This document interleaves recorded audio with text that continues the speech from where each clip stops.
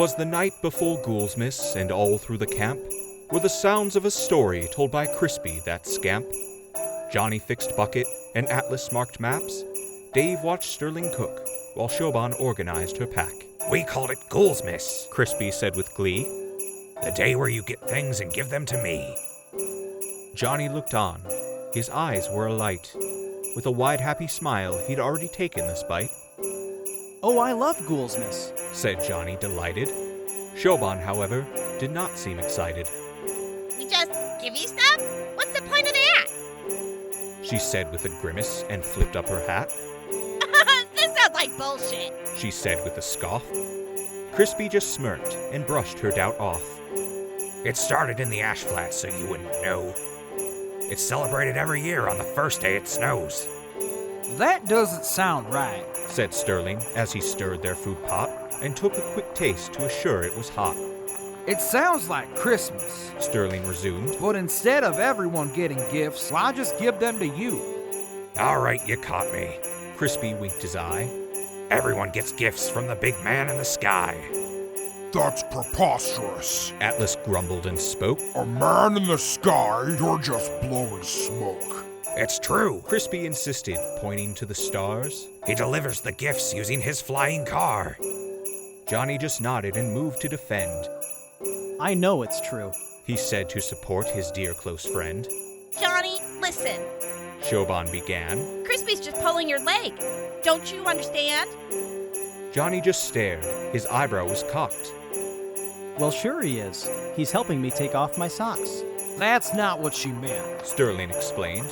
Well, he tried. "By the way, do you like your eggs boiled or fried?" Sterling returned to cooking their meal, as Crispy continued, refueled with zeal. "His name is St. Cola," Crispy described, "He was a mascot for Nuka-Cola. which wasn't a lie. Each first day of snow, he flies through the air, delivering gifts with love and with care." "This sounds like a story, and a shitty one too." Siobhan replied while Atlas just stewed. "For once I agree with this raider whelp." Atlas replied, though it didn't help. "I'm not a raider." Siobhan snapped back. Crispy intervened, preventing an attack. "Everybody chill," Crispy tried to soothe. "You're putting a damper on my Ghoulsmas good mood." Crispy continued to describe Ghoulsmas Day. "St. Cola drives a Corvega instead of a sleigh. He drives to your chimney and drops you your gifts, before revving his engine and gaining some lift." "I'm done with your nonsense. I'm going to bed." Atlas explained and laid down his head. "If all you're going to do is spout fluff, then don't bother me anymore. I've had enough." "Suit yourself, that's more soup for us." Crispy replied and held out his cup.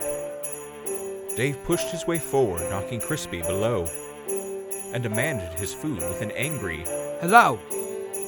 A scuffle ensued, though nothing too rough, and Dave was served last, his aggression rebuffed. Sterling scooped out and served them the food, and a full belly helped them all calm their moods. The night went on quietly, the crew went to bed, while Sterling kept watch at the wastelands ahead. That's when he saw the first flakes of snow. Sterling just chuckled. "Well, what do you know?" A moment soon passed when all through the night, an explosion was heard and bathed the wasteland in light. Sterling's eyes darted up and alert. "Incoming fire! Everyone hit the dirt!" The crew was awake as fire flew through the sky and crashed into the ground outside and nearby. "What the hell was that?" Crispy exclaimed, when out in the distance was light from the flames. Dave was the first to get up with his gun and kicked down the door and started to run. "Hello!" Dave cried as he ran towards the fire. The crew followed after, their curiosities inspired. The crew prepared, they got equipped and suited. Guns were loaded as Bucket rebooted. The crew chased after their odd balding friend. They were all nervous and couldn't pretend. The flames faltered and lowered, glowing with light, revealing what crashed from the sky in the night. "Is that a car?" Johnny concerned and confused. It sure is, said Crispy. and a Corvega too. You must be joking. Atlas bemoaned. I'm losing my mind. He said with a groan. How the hell did that happen? Siobhan questioned. Perhaps Said Johnny. it's a madman's invention. Suddenly the car's door opened wide, and out stepped the man who seemed to own this ride. No way, it can't be. Crispy just stammered, while slapping his face. I must be hammered. A hefty man stepped into the light of the fire, with a belly rotund like a large tractor tire. Sterling stepped forward and looked like a ghost, for he recognized the driver the most. General Taft? Sterling just wheezed, But you're dead. his stomach in knots, ready to heave. Oh no, my boy. The fat man replied. Why, I'm good St. Cola, and I seem to have fallen from the sky. You're the St. Cola? Siobhan gasped. Crispy stood scowling and Sterling collapsed. There seems to be a problem with my Corvega's engine. The elves must have skipped on their safety inspection. Oh, I can help. Johnny volunteered, trusting this man was who he appeared. Ah, Johnny Windsor, a very good boy.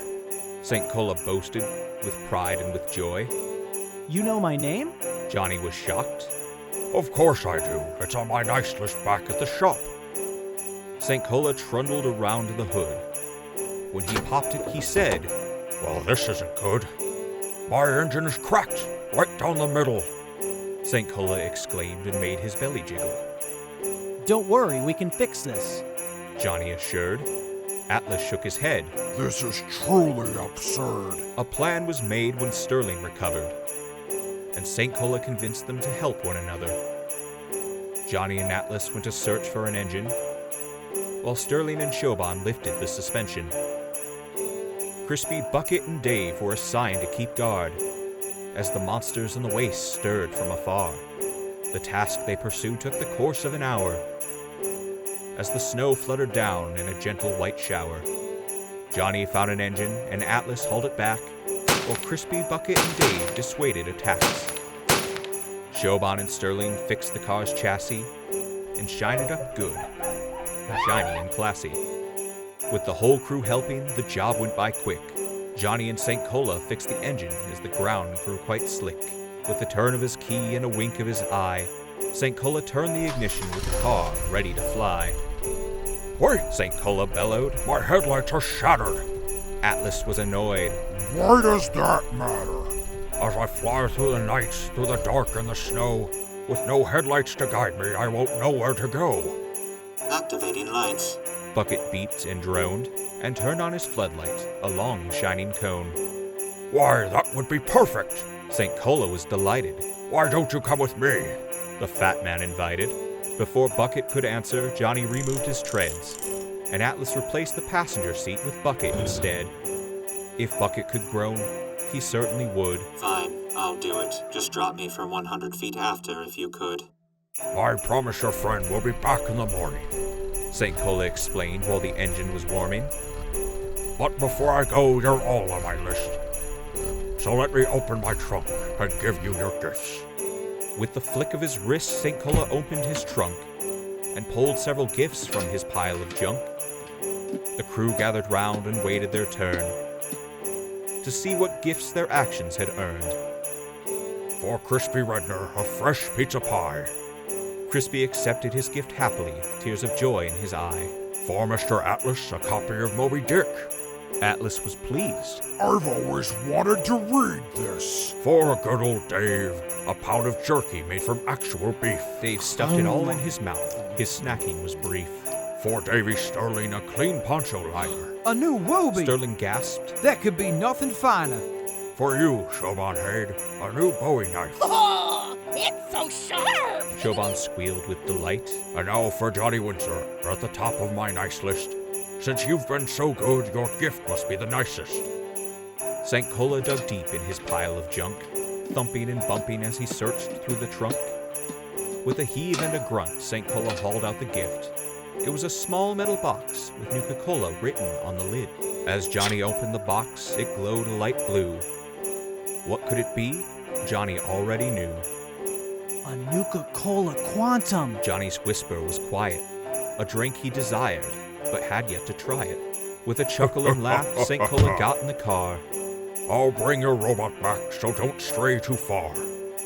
The engine revved up and flames spit from the back as Bucket's light split through the white and the black. St. Cola and Bucket drove into the sky, astounding Atlas the most. He truly could fly. St. Cola laughed out his window and bellowed, Merry Ghoulsmas to all my jolly good fellows. and so the crew went back to their shelter to rest, all feeling that this night was the best. The gifts they'd received they desired for years. For some of our crew, it drove them to tears. The crew went to sleep, knowing they'd be safe, and that their friend Bucket wouldn't be out too late. Crispy spoke while drifting off and feeling quite mellow. Merry Ghoulsmas to all, my jolly good fellows.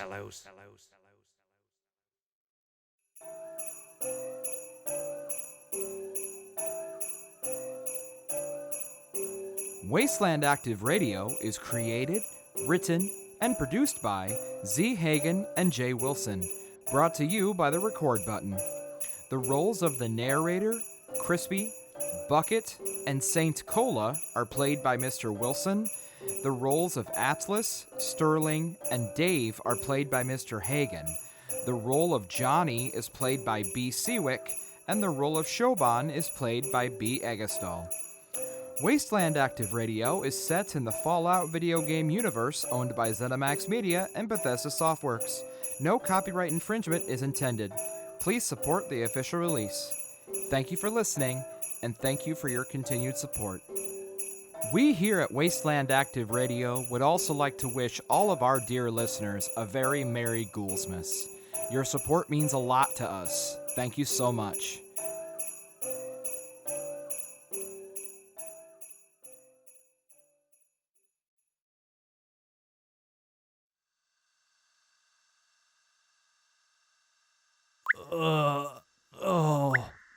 Guys, something's wrong. Wake up! Wake up!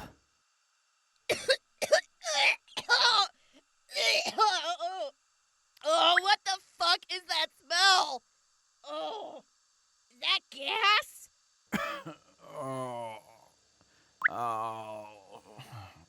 Hello? Hello?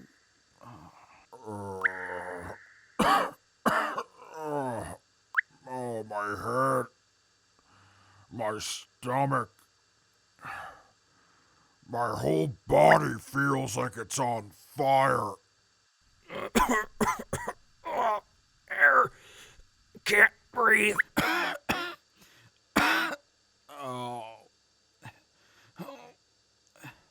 We gotta move.